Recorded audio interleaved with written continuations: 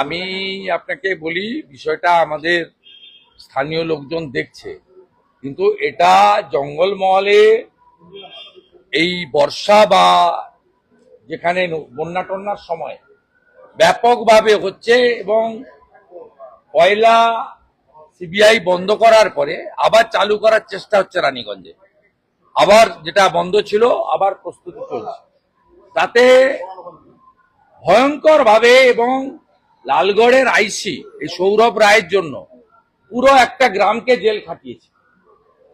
আপনি চলুন লালগড়ে, আমরা তো এমএলএ টিম, আমরা অভিযান নামবো এবং গ্রামকে গ্রাম আমরা যাব।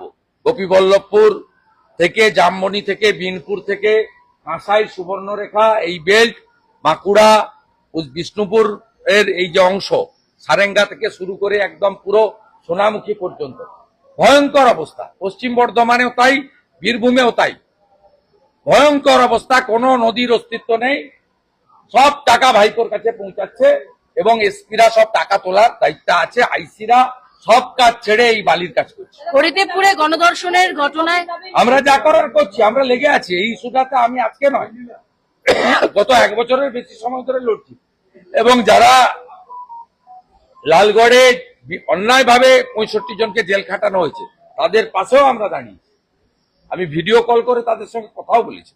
দাদা, হরিদেবপুরে জন্মদিনের পার্টিতে গণধর্ষণের অভিযুক্ত তৃণমূল কর্মী।